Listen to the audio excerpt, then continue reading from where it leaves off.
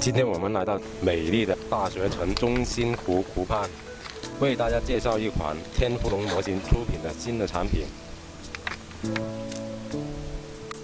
这艘船的船头呢，比其他的船呢，它是有一个特点的，就是船头呢多了3个进水的孔。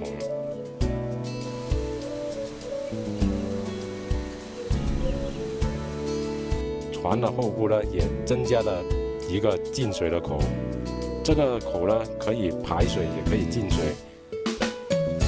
它是用来调节这个船的姿态用的。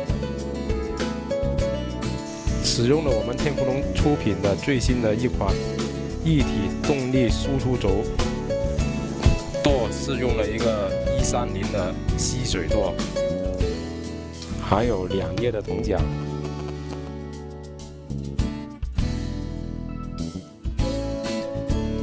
好，我们这个自动修正系统的船呢，做一个自动修正的测试。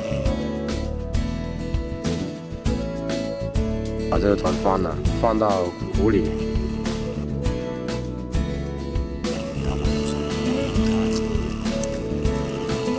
看看这个船能不能自动修正。